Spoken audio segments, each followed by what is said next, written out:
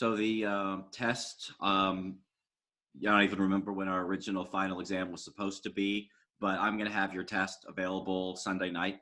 And so basically, as of Monday morning, you'll have all of finals week. I'll give you from Monday morning through Friday evening at 11:59. You'll have all week, all 5 days, basically of the following week to take the test. I'll give you probably whatever the same amount of time that I gave you last time. You'll have uh, for this test as you did for the previous test. So I think that was 75 minutes, if I recall. So that's going to be that. We'll go over the study guide. Any questions or comments before we get started today? All right. So go through chapter 11 here, and then we'll go over the study guide, and then we will be done with stuff in cognitive neuroscience. So yeah, we are talking about language here.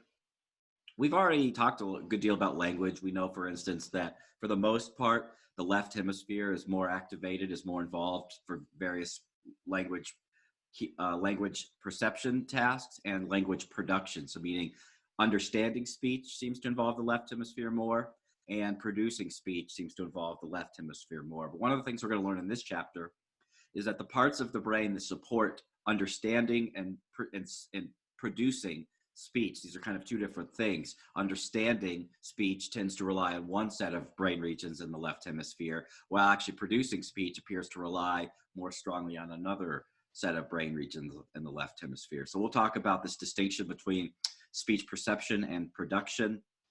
We'll go over some of the major brain regions which support these, some of the anatomical pathways in the left hemisphere of the brain. So here, there's a lot going on here. I'm not going to require you on the test to know these brain regions.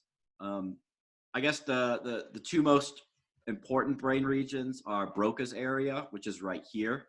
This is one that you might be responsible for on the test. And Wernicke's area, which is shown right here. But I want to point out that Wernicke's area is a region of the brain that there's a lot of debate as to exactly where the anatomical location of Wernicke's area is. The thing that I want to point out is this whole thing is the temporal lobe right here. The Wernicke's area, the debate is kind of whether Wernicke's area is up in the superior portions of the temporal lobe or the medial or maybe even some of the inferior parts. So in this picture, Wernicke's area is shown superior, but I'll present some area, an fMRI study later on that shows that Wernicke's area might actually be more medial.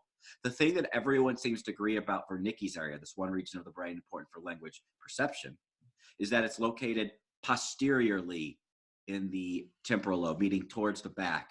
This is the anterior parts. Wernicke's area is definitely not up here. Wernicke's area is back here. We also have the superior temporal gyrus. And one of the primary sensory areas is here. Does anyone remember which primary sensory area is here in the superior temporal gyrus? Does anyone remember which primary sensory area is right there? Auditory cortex, or? Yep, that's it. Primary auditory cortex is located in the very top part of the temporal lobe here, which makes a lot of sense that primary auditory cortex would be close to these other speech regions right here, because although we can read speech, that is, we can use our eyes to understand speech. Reading is a at least partially visual thing. When we think of speech and language, we think of the auditory system, because the main way that we use speech is through listening with our ears and producing speech with our mouth, which other people will then use their ears to hear with. And so really the three regions that are probably most important for in this chapter for under kind of these shown is the superior temporal gyrus, which is primary auditory cortex, which is important for understanding speech. Wernicke's area, which is located here posteriorly, but it also it's up here though. It might actually be a little bit lower, but it's definitely posterior. So Wernicke's area, somewhere back here. Wernicke's area is a region of the brain which has been some evidence from lesion studies performed by Wernicke, that's a person, indicated that this is a region of the brain which is important for comprehending speech. Individuals with damage with Wernicke's area had problems understanding speech. So I would be speaking to these individuals, or you'd be speaking to them. I'd be saying the same things that I'm saying right now, but they would not understand or they would, I wouldn't almost say they would not understand at all, but they would have serious comprehension problems where understanding the meaning of the words that they're hearing will be problematic. They'll be impaired on understanding the meaning of words. So Wernicke's area is a region which is important for understanding the meaning of words. It's also a region which might be important for your memories of the sounds of words in your native language. So there's a lot of evidence that from the time you're a baby until you keep growing up for the first few years of your life, you're kind of gradually building up like an auditory dictionary of all of the legal words in your language. And Wernicke's area might be one of the it's a brain region which is associated with knowing the meaning of words, but it also is a brain region which might be important for recognizing that a given word is a word which is in kind of your dictionary, your auditory dictionary in your brain. So it's kind of helps you, it's like part of your auditory dictionary. These are the words that are legal in my language, or these are the words that exist in my language. And the Wernicke's area is the region which helps you kind of find those words in your memory. Broca's area, we'll definitely talk more detail about this. This is a region which has mostly been important for speech production. Broca is another individual, performed research on individuals that had a lesion here, the left inferior frontal lobe, which is where Broca's area is. These individuals had problems producing speech. So we have Wernicke's area, which caused problems understanding speech. When you have lesions to posterior temporal lobe, you're likely to have problems understanding speech, that is comprehending it.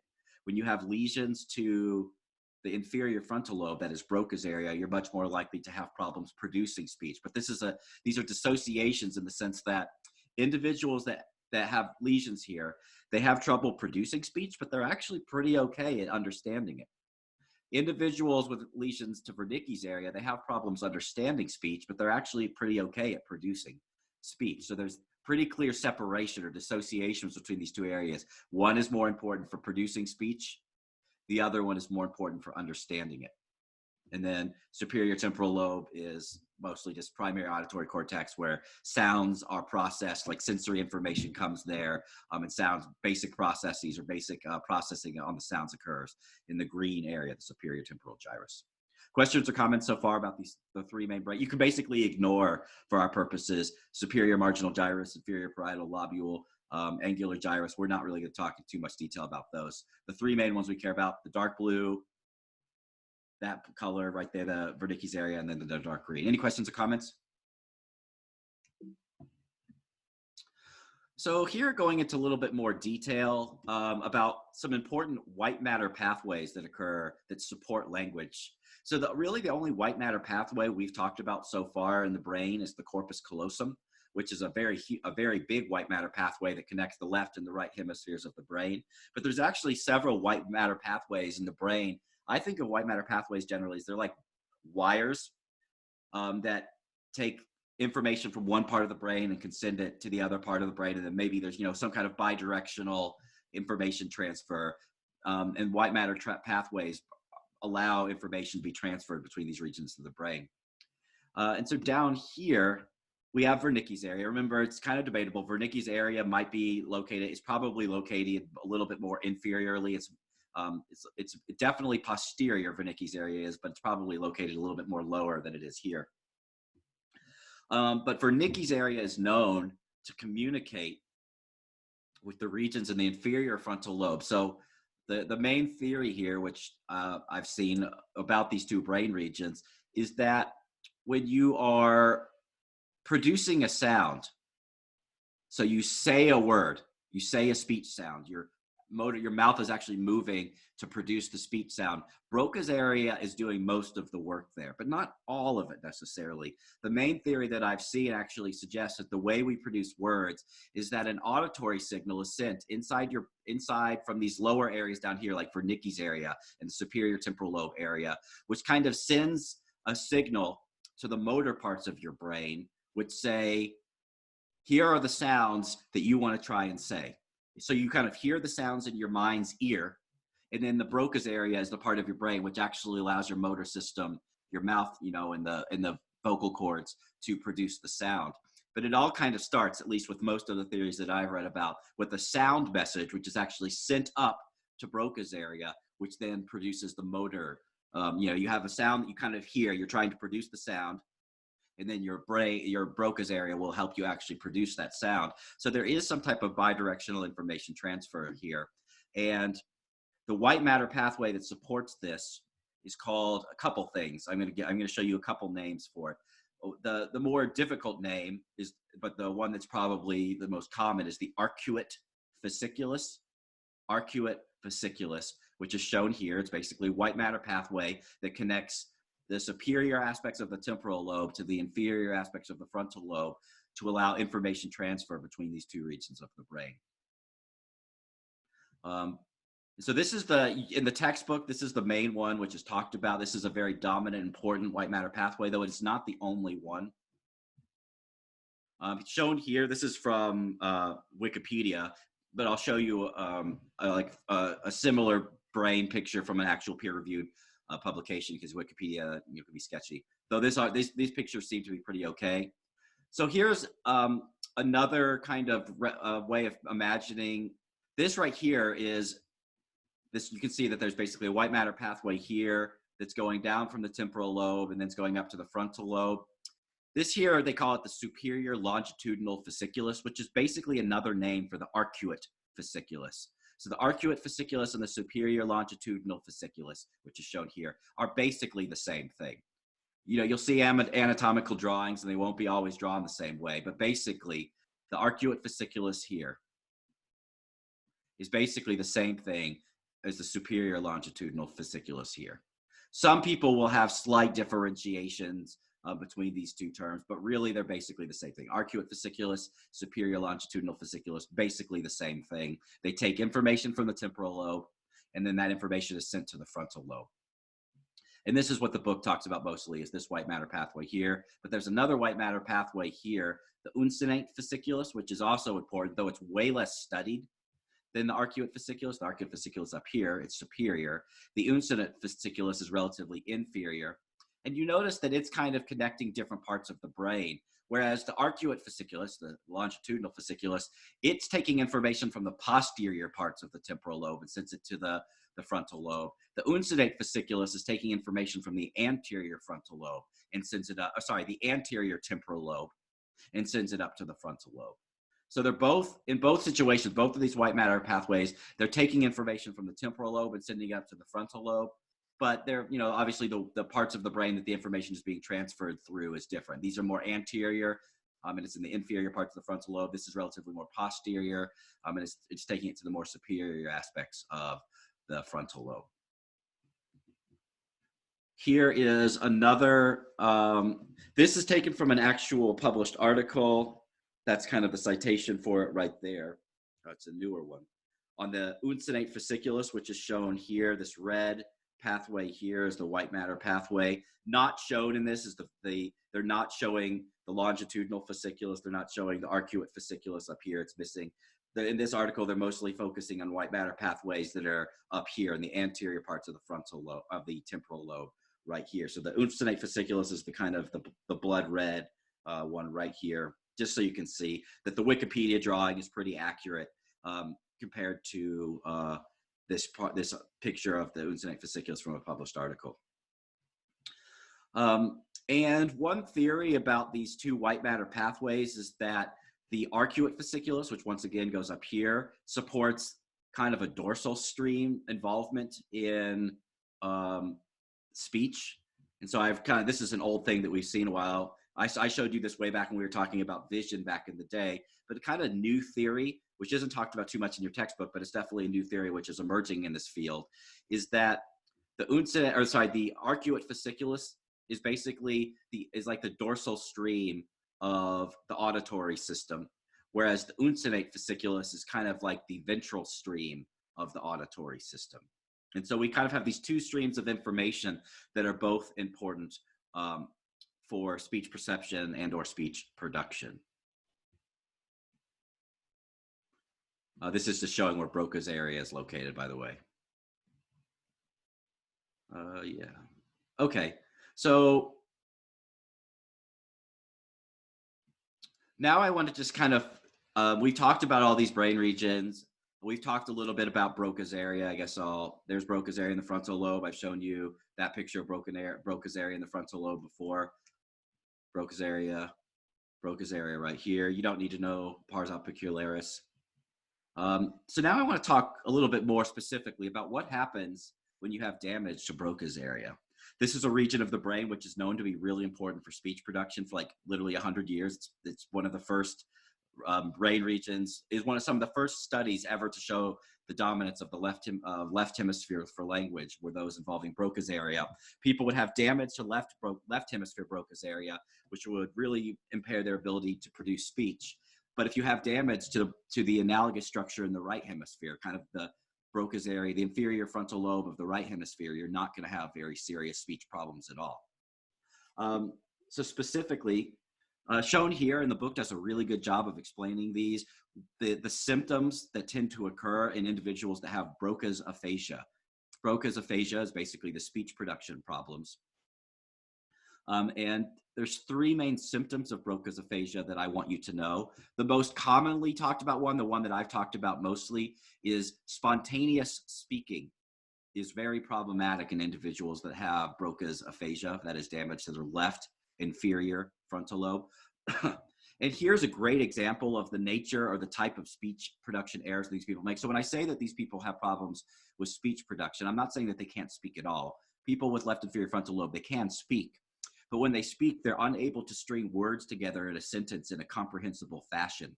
And so you can see this lady speaking here. Apparently this is a mom, and she's talking about her son. And she says, son, university, smart, boy, good, good. So you can kind of understand what she's trying to say. It sounds like she's trying to say, my son is a smart boy who goes to college and he's doing well. He's a good student at the university that he's attending. But you'll notice that it's really lacking a coherent grammatical structure. The syntax or the grammatical structure is not well formed. And this is a really common issue with individuals with Broca's aphasia, is that they have difficulty putting together words in a grammatically structured sentence. So they can kind of convey what they're trying to say through, like, they say all the words that are relevant, but they're not necessarily going to say the right words. They're not really necessarily going to say the words in the correct order. And they'll oftentimes lack like important function words, like the. So that's the first symptom of Broca's aphasia. It's problems with speaking smoothly, with grammatical structure, syntactic structure, word order problems. Another problem people with Broca's aphasia have, it's another kind of production problem, is if you ask them to repeat words back to you, this is difficult for them. So this is not even an easy word for me, chrysanthemum. That's a type of flower, I think. And this individual is like the researcher, and he's trying to have this individual who has Broca's aphasia repeat the word chrysanthemum.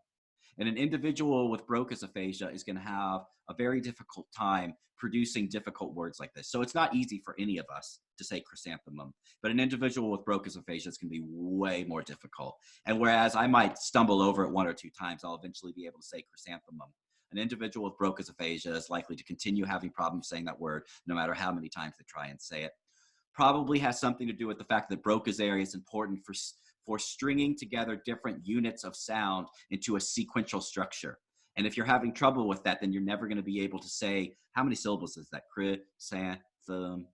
4 syllables. There's 4 different units, and an individual with Broca's aphasia is going to have problems ordering those 4 syllables correctly into the sequential structure that they need to say the word.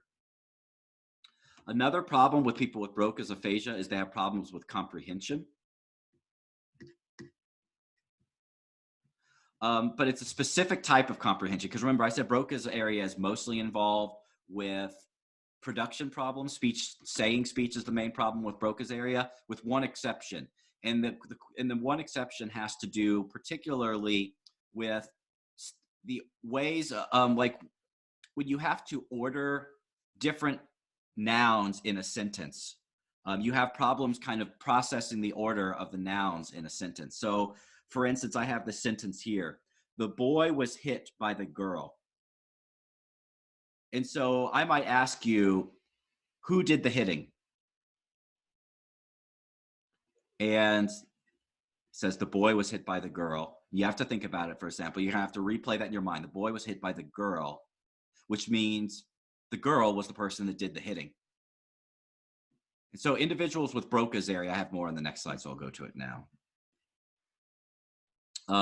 This is, I call this one word order. So we have the spontaneous production. That was the first symptom.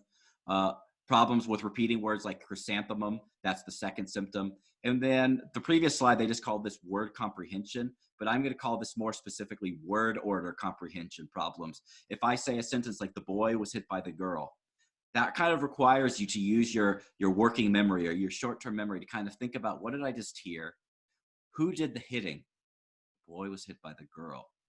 And then you have to think, oh yeah, it was the girl that did the hitting. Individuals with Broca's area, for reasons that are not entirely clear, have problems for processing the order of words. The reason I say that this is like a word order thing is because this is kind of a weird, this is a grammatically okay way of saying things. But the way you would normally say the sentence would be, the girl hit the boy. In which case, the person who performs the action, the girl, is listed first. But in this sentence, the word order is kind of changed. It's what do they call it? It's like an exception to the typical rules. Usually the subject of the sentence is listed first. The girl hit the boy. But in this sentence, the boy, because it uses the passive tense, the boy was hit by the girl. The girl is actually the subject. And it's located over here. So it's like a word order thing because the person who's actually doing the action is located over here. It's like the second noun in the sentence. So you have to kind of process word order. You have to use your working memory to understand sentences like this. Individuals with Broca's aphasia have problems with sentences like this. The boy was hit by the girl. It was the girl that was doing the hitting. Questions or comments about Broca's aphasia?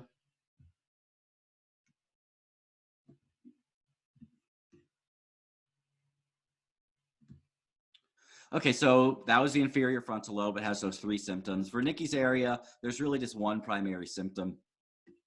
It's a problem in word understanding. So individuals with Broca's aphasia, inferior frontal lobe, they have problems understanding word order, like the boy was hit by the girl, those types of sentence. But individuals with Wernicke's aphasia, they have problems understanding many various types of sentences and many different types of words, especially if their lesions are big and they have really severe Wernicke's aphasia. Their comprehension problems would be much more severe. Broca's area, you might have slight, comprehension problems, particularly pertaining to word order sentences. For the individual with Wernicke's area, they problems understanding many types of sentences and even individual words by themselves. They're going to have a hard time understanding. Part of the issue with individuals with Wernicke's area is they have a hard time accessing, I kind of mentioned this earlier, a hard time accessing kind of their mental dictionary. The idea here is that part of the way you look up words is that you have memories of the sounds of words that are language, that are legal in your language.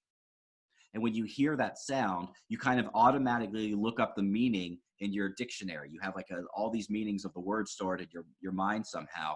And so for Wernicke's area, it could be important for two things. One, it might kind of have the listing of all of the words, like the sounds of the words that are legal in your language. This is what I mean by phonological.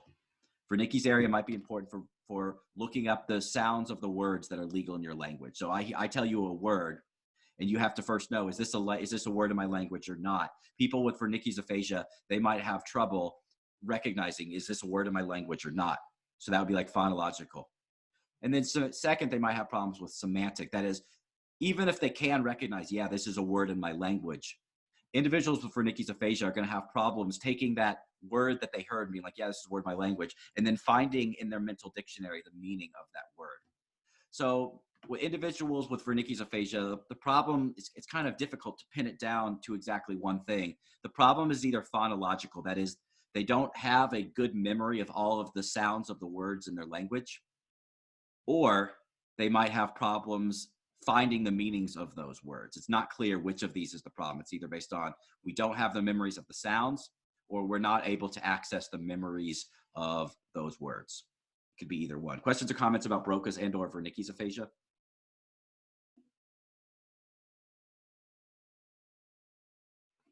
All right, moving along here, not too much more to go.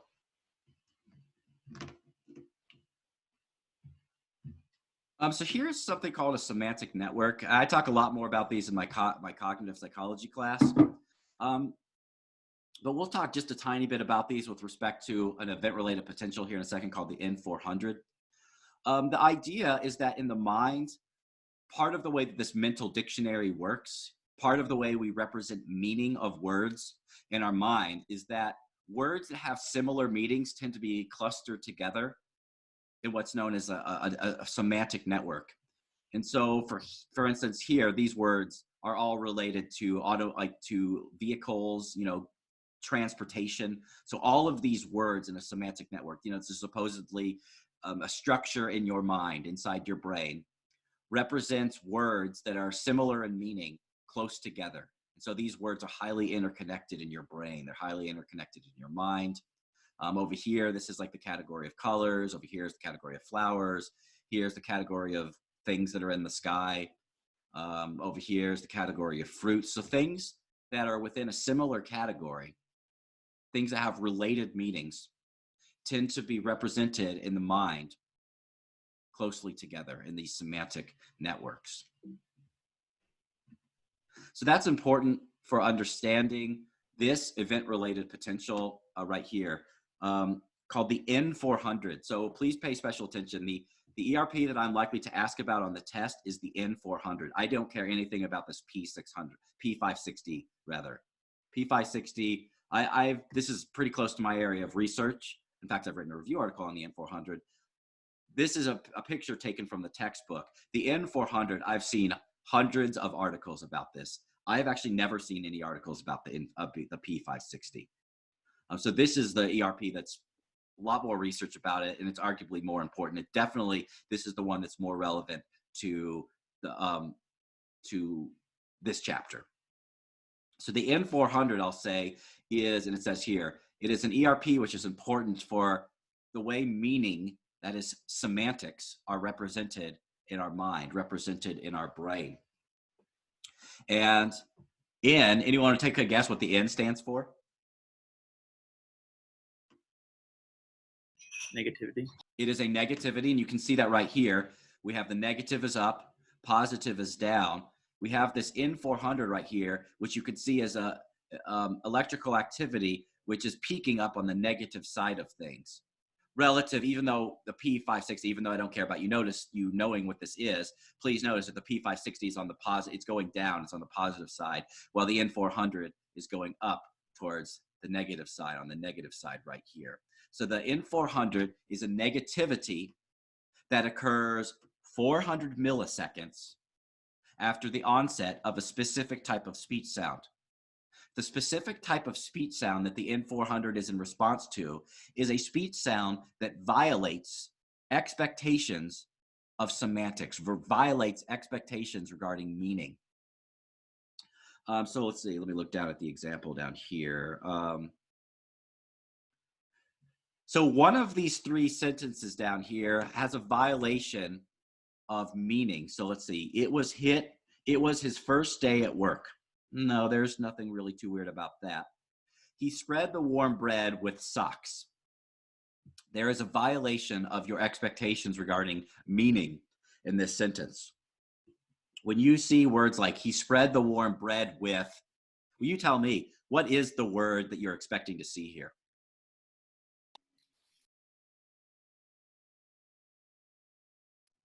Knife. Yeah, knife or Butter.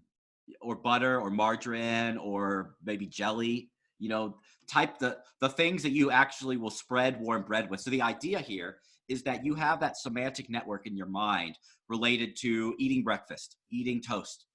And when I say words like spread the warm bread with, I'm expecting that next word is going to have something to do with breakfast. It's going to have something to do with eating toast. So words that are related to the context of the sentence would be like butter. That makes sense there. Jelly would make sense there. Margin would make sense there. Maybe a knife would make sense there. Those are all words that are semantically related to the context of the sentence. Those are words that are highly clustered together in a semantic network. They'd all be close to each other. But in this sentence, there's a semantic anomaly, or there's a word, this word socks, which clearly is outside of that cluster of words that have to do with eating toast or eating breakfast. And these are, when you have violations of semantic expectations, like the word socks here, those are the types of words that elicit an N400. The word work here in this sentence, it was his first day at work. You're not going to get an N400 to the word work here because it does not violate any type of meaning expectations. It's not semantically weird at all. Socks, on the other hand, is. So just to be very clear, the N400 is measured in response usually to a noun, and the N400 is an increased negativity, right here, 400 milliseconds after the presentation of a word which violates your semantic expectation. So for instance, on the test, I could give you a couple different sentences, and I would ask you, in which of the sentences would you expect a larger amplitude N400? And so if I gave you these two sentences right here as choices, which I wouldn't on the test, the answer would be this one. He spread the warm bread with socks. That's more likely to get you an N400 than this one, because the words here, this word here violates your semantic expectation. So this is the N400. Here's a little bit more on the N400 from a different study. Here they're looking at the amplitude of the N400. It's kind of a small sample size down here, but we're looking at the amplitude of the N400 in people who vary in their word comprehension ability. So normal controls, like most of us, we all have pretty good word comprehension abilities at the college level. High comprehenders are people that are particularly good at, they're pretty good at comprehension. Low comprehenders have worse comprehension. And then people with right hemisphere lesions are over here. And really the most important comparison is between normal controls and low comprehenders. That's really the comparison that I care about. So normal controls are the dotted red line. And you can see the normal controls, they have a big N400. So if you look along the x-axis here, the 400 would be around right here. So the N400 is these peaks right here. Normal controls, they have a very large amplitude, N400. But if you compare it to the low comprehenders, these are people that have problems with speech understanding, speech comprehension. So this is the dotted blue line, the dashed blue line. You can see the low comprehenders, they have relatively lower amplitude N400s, and it says N400 amplitude is reduced. And at least in this particular study, the peak of the N400 for these individuals was delayed. So you can see here, their N400 is actually more like an N700 or something. They get this negative peak, but it's smaller than normal controls, and it's about 300 milliseconds later. So what this suggests is that individuals that have problem with speech understanding, their N400s, when they see these sentences where there's a violation of semantic expectation, their brain is not responding as strongly. It's like their brain has a harder time realizing that a given word is violating a semantic expectation. And even when they do finally recognize, oh yeah, there's a semantic anomaly here, that word violates the expectations created by the context of the sentence, it takes some individuals longer for their brains to recognize that there is a semantic mismatch. So I think that's, oh no, that's not everything. I have a little bit more. Any questions so far though about the N400? I have a little bit more on the N400, then we'll do the P600, and I think we're done. So here's just looking at, this is taken from an article, Journal of Cognitive Neuroscience, and it's just showing where in the brain the N400 is coming from. And I care about the top one, so you can ignore the bottom because that has to do with a different ERP. That's not what we're talking about in this class. The N400 is these brains shown, this is like an looking down. It's looking down on a person's head, and these are basically showing what are the electrodes. When we're using event-related potential, we're using the EEG, the electroencephalogram, with those electrodes all over the scalp to elicit these electrophysiological responses. And what's being shown here is, and you can see the electrodes are all these dots, basically. These little black dots basically represent different electrode positions. And the question is which electrodes on the on top of the scalp is the N400 response tend to be biggest for people? And there's a mystery about this, which has absolutely not been solved. It's still pretty controversial right now. Because one of the weird findings about the N400, it's clearly this speech-related thing. It's related to speech. But if you actually look at the N400, the response is biggest in the center of the head right here. Most brain responses, like there are other brain responses that are lateralized to the left hemisphere of the brain. So most brain responses related to language.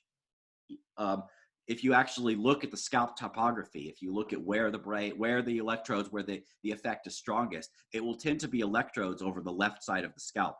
That is not the case with the N400. The N400, the response is biggest right here where I'm circling it with my mouse right here. This is right center on the top of the head. So this actually seems to be, at least when you're measuring with event-related potential, there's really not a whole lot of evidence that this is coming from the left hemisphere. It's kind of a mystery. Now, one of the problems with event-related potential that we've talked about is it's bad at spatial localization. It's not very good at giving you information about where a signal is coming from in the brain. But we get absolutely no evidence looking at scalp topographies of the N400 that it's coming from the left hemisphere. In fact, if you look here, you can actually see that the N400, this little white circle right here, seems to be more dominant in the right side of the brain. It's actually slightly over to the right side of the brain. There actually are some studies which kind of intriguingly, mysteriously have shown that the N400, there's been a small handful of studies that have shown that the N400 is actually more strong in the right hemisphere than the left. And no one really knows why. Almost all speech functions appear to be lateralized to the left hemisphere. Wernicke's area, which is a region which is thought to be important for speech comprehension and understanding, meaning, is in the left hemisphere. But when you actually look at the scalp topography of the N400, it's centered, maybe even slightly to the right. So this is a mystery, and I don't have the answer for you, because even like the people that are big deals in this area of research, there's a lot of controversy. No one really knows why the N400 is shown on the top of the scalp, why it's not centered on the left side of the brain. It's a mystery. So now that is all I have about the N400. But now I have an fMRI study, I guess. So we're not really talking about the N400 anymore, but we're talking about a similar paradigm where you give people like a sentence, and then at the end of the sentence, there's a word which either is consistent with the meaning structure of the preceding sentence. So that's like, a word where there's the sentence makes semantic sense. The meaning of all the words makes sense. Compared to, and that would be like related. Compared to unrelated, which would be like the sentence where I said I was spreading on the warm bread, I was spreading with socks. That would be unrelated because the socks does not fit with the rest of the sentence. The socks violates your expectations regarding meaning. And so this study was interested in what are the regions of the brain that are activated in these two conditions. When I present you a sentence where all the words are semantically related to each other, compared to a sentence where the word at the end of the sentence is not semantically related to the other words in the sentence. And so the first thing to notice is that there's definitely a lot of activation in the left and the right hemispheres here in the related condition. You don't look at the bottom rows at all. That is not something we really need to care about at all, is the bottom rows. What I care about is the related versus unrelated. And one thing to notice is that there's activation in the left and right hemisphere in both situations. But what I really want to focus in on is that right here, we have a lot of activation in the superior temporal lobe, which is right here. And we also have a lot of activation right here, which is roughly Wernicke's area. So the unrelated sentences, this would be like, I was spreading on the warm toast with my socks. That's an unrelated sentence. We see there's a lot of activation in the superior temporal lobe. And there's also a lot of activation here in the medial posterior temporal lobe.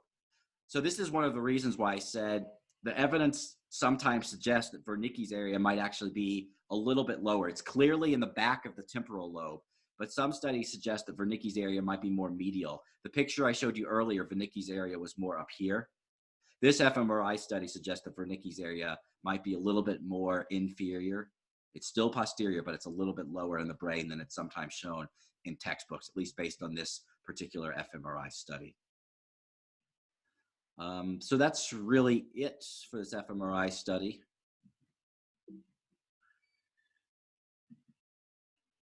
So one more brain response I want to talk about, which is the P600.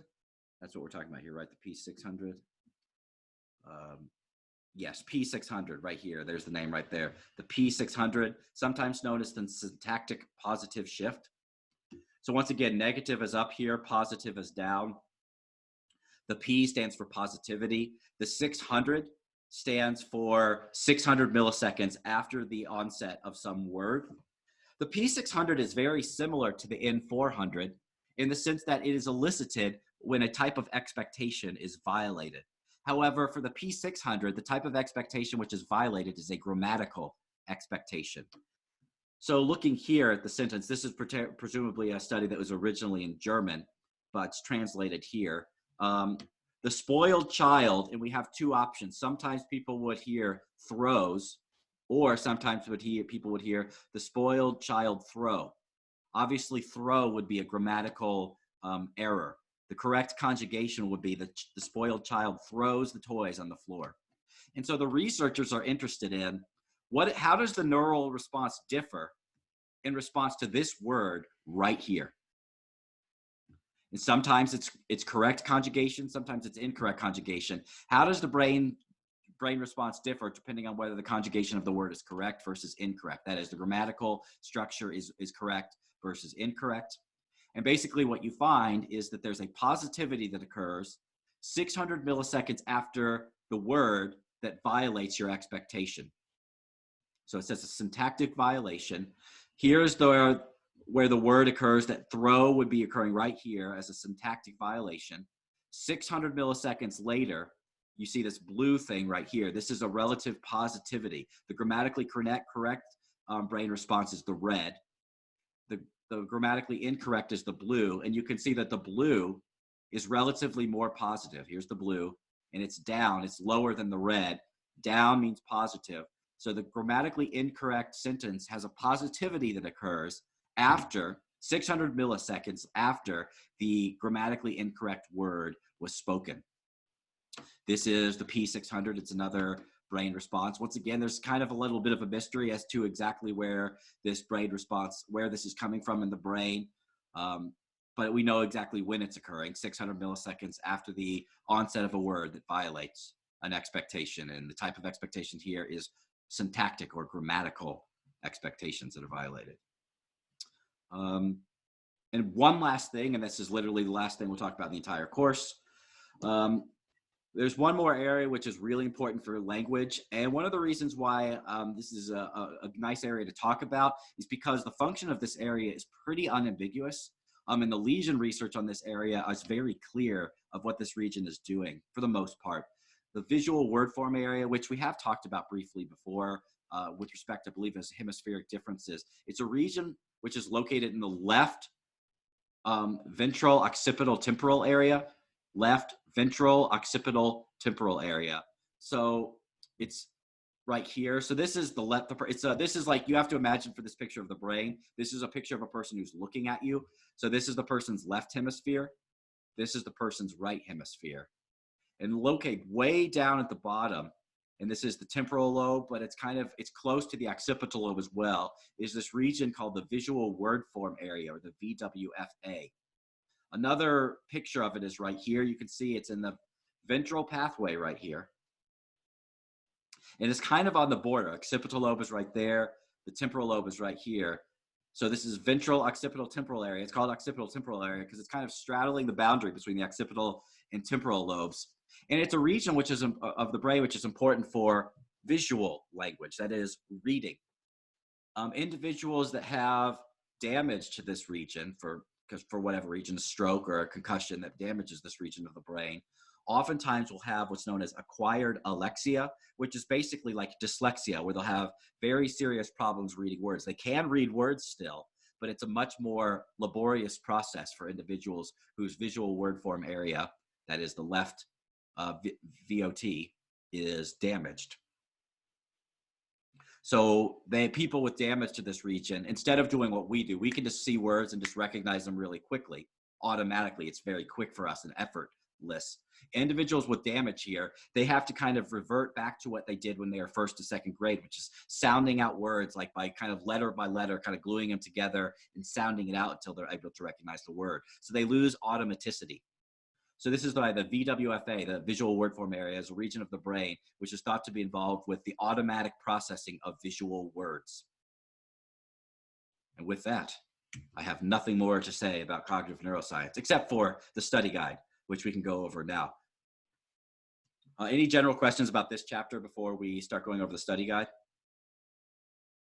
Just a curiosity question. So you mentioned the ERP 600. That one is for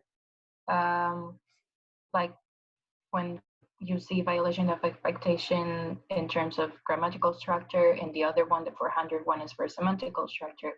Why is one 600 and the other one is 400? Why is one positive, one is one negative? Yeah, this has been, no one knows for sure.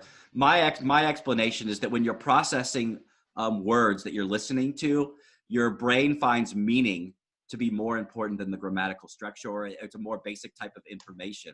And so that's my explanation. I don't know for sure, but if I had to speculate, it's because basically your brain wants to process the meaning of words first, and then it decides afterward whether syntactic, that is grammatical structure, is correct. So I guess your brain prioritizes the meaning of words over the grammatical structure of the sentence in which those words are found. That's my explanation, though there's probably people that would have other explanations. That's a mystery as well. No one knows for sure, but good question. Yeah. Anything else, people? Okay, so let's go to the study guide here. It is posted on Blackboard already. I'm happy if people want to talk about this. I am happy to do that. I'll remind you of I'm not going to announce the extra credit assignment again. But if you didn't attend, or if you haven't seen last week's, or when was that? Friday, I guess it was. I did announce an extra credit opportunity. Go check out that lecture, and you can know what the extra credit opportunity is. I'm not going to say it again because I want to reward the people that were there for Friday. And I also want to encourage you to check out that lecture. I noticed that there weren't a lot of people that had viewed it on YouTube. So I really want people to check out that lecture, and there's an extra credit opportunity which is mentioned there. But I'll go through some of these study guide things here. And then if you have questions, you can ask. I'm just going to go through some of them, some of the ones that I think might be difficult, and some of the things which are likely to occur on the test. I guess the thing that I find will be, challenging for you guys is the fact that we're going to be talking about stuff chapter 6 and chapter 7. We only have 2 tests in this class, so these chapters 6 and 7 we covered a long time ago, especially chapter 6. That feels like, that was like, 2 months ago basically when we were working on that. So I'm trying to think what stuff is most likely to be on this. There'll definitely be at least one question that makes sure that you understand the functional differences between the dorsal and ventral pathways. But I also want you, I'm not going to have a labeling question for these, but I want you to know anatomically where these 2 pathways go. Remember, the ventral pathway starts in the occipital lobe and goes to the temporal lobe. The dorsal pathway starts in the occipital lobe and goes to the parietal lobe. So you need to know anatomically and functionally the differences between these 2 lobes. Though I think the thing that people struggle with generally is understanding the function of these 2 pathways. So make sure you understand that. Know what a kinesthetic code is. This kinesthetic codes are like the idea that you can use your motor system to help you understand what it is you're looking at. The greatest, one of my favorite examples that we talked about was the individual who had problems. He was looking at something and he couldn't tell. At first he said, "Oh, that's a phone. It's a rotary phone." But then the researcher said, "No, it's not a rotary phone." And he's like, "I don't know what it is." But then he started doing this kind of unconsciously when he was looking at it. And then he was able to figure out what it was. Does anyone remember what was the thing that he saw? It was a padlock that has Yeah. like the turn dial. Yeah, like the type you probably used in your junior high or high school lockers, like where you have to turn the numbers 3 different ways, and then that's how you open your locker or your safe or whatever. That's what it was. And so the kinesthetic code was him. He was kind of looking at his own motor system. His motor system was kind of unconsciously doing this. Then he saw what his motor system was doing, and then allowed him to understand, oh, it's a combination lock. The kinesthetic code idea is the idea that we can use our motor system, knowledge that we have in our motor system of how we interact with objects, to help us recognize the name of the identity of an object that we are looking at. So that's old. It's an important concept. So I don't want you to forget. It's likely to be on the test. Understand repetition suppression, the basic paradigm.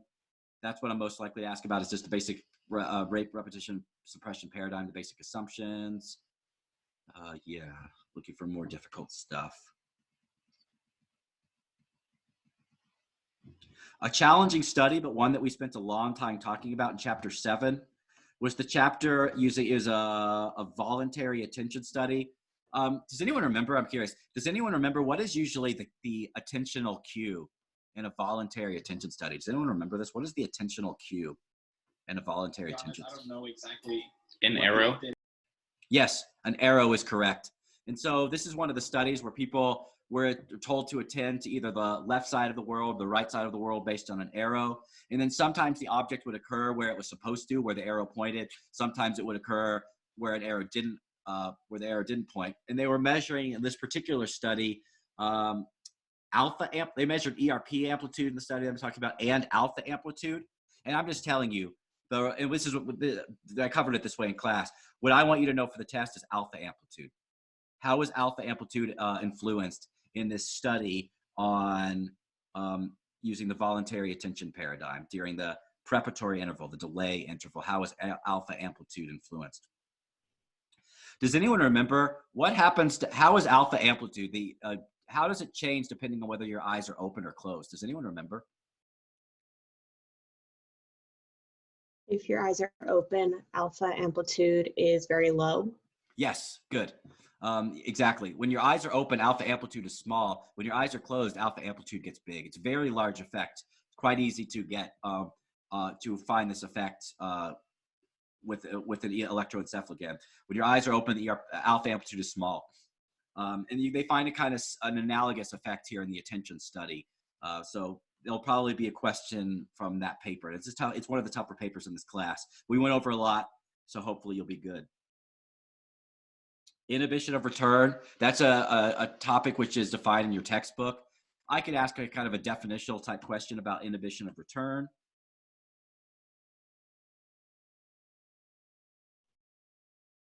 The vigilance and chicken dual task, I feel like that's something you guys will probably be okay with, because I talked about it in lecture, and then if you read The Master and His Emissary, they talk about it there too, so you've kind of had that information from 2 different sources.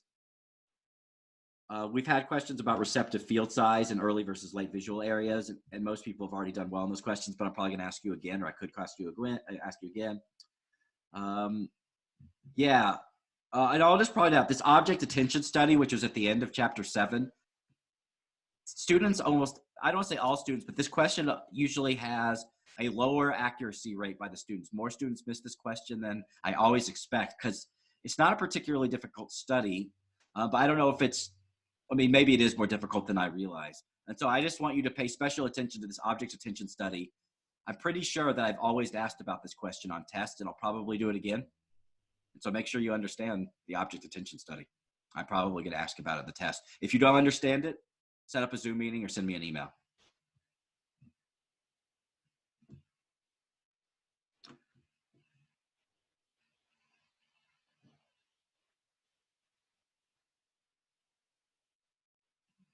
Some of the more, so for chapter 8, this is the chapter on motor.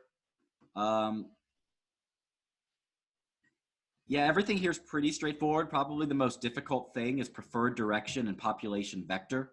Those are probably the most difficult concepts. And there'll be at least one question about these on the test. That's a for sure thing. So make sure for sure that you understand the difference between preferred direction and population vector, especially preferred direction.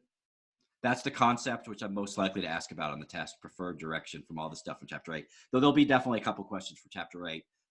Preferred direction is highly likely to be on the test. A lot of stuff from chapter 9 over memory. The difference between the Cowan and Miller tasks, pay special attention to that.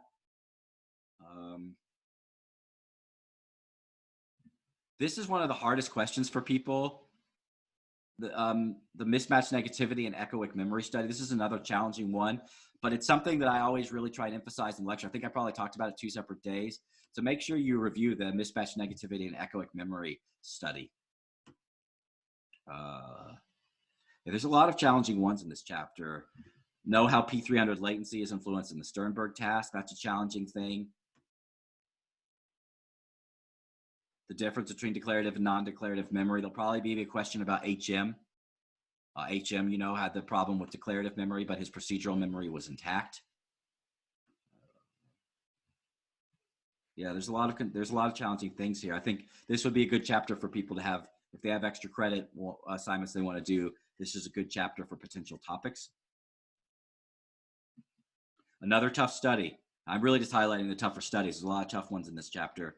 The one about contextual encoding in the hippocampus, this is the one where the words were presented in either green or red. The green and red were the context. And this is there on the slide, it talked about a source judgment and talked about the term recollection. So there's several things that I could ask about regarding this study, and it's a tough one. And I usually ask a question about, at least one question about that study on the test. And I love consolidation theory. It's one of my favorite theories in neuroscience, and it's fun. So I'll probably ask a question about that as well, highly likely. And then I think most of the stuff in chapter 10 and chapter 11, I think is relatively straightforward. The hardest studies, I think, in chapter 9. In actually 7, 8, and 9 all have hard studies. I guess 7 and 9 probably have the most difficult studies. 6 does too. 6 has one or two hard studies as well. So 6, 7, and 9 probably have the hardest studies. Chapter 10 and 11 studies are a little bit more straightforward. These are relatively fresh in our mind, though, so I'm not really going to go over too much stuff now. I'll just encourage you, if you have questions about these, feel free to ask me, and we could talk about any of these topics. I also encourage one way to approach studying for this test is the extra credit opportunity that I announced Friday. And I think I mentioned that I'll allow you to turn in the extra credit opportunity until whenever I posted the due date, I think it is either Friday or Saturday of this week. So check that out. If you have questions or comments, feel free to hit me up. We can make Zoom meetings. Also, your master and emissary papers are due in the near future, so don't forget to turn those in. So I'll let you go, but if anyone wants to stick around and talk, I'm happy to do that. Sorry, I do have a question. Is the final going to be set up the same way that our last exam was set up? Yes, it will. Yeah, it will be set up the exact same way, in the sense that it will be on Blackboard. It'll be like multiple choice questions and true false questions only. You will have the same amount of time that I gave you last time. I think it was 75 minutes. And you'll basically be able to take it whenever you want next week. So yeah, it's the same setup as last time. Anything else? Any other questions? Yeah, no problem. Any other questions or comments, people? I just have a question on one of the study guide questions. Yeah, let's do it. The function of TRN neurons and attention in the thalamus. Yeah, TRN neurons are inhibitory. That's the main thing to know about them.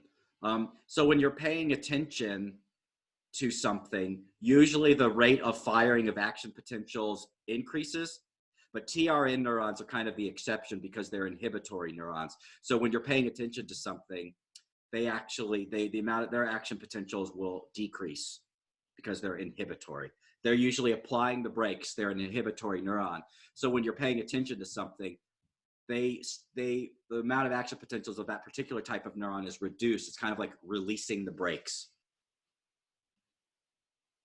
I hope that answers your question. There's definitely a slide about this. I believe it's also talked about in the textbook. Really, the important thing to know about TRN neurons is they're inhibitory, thalamic reticular neurons. Does that kind of help? Yeah, thank you very much. Yeah, no problem. Anything else, people?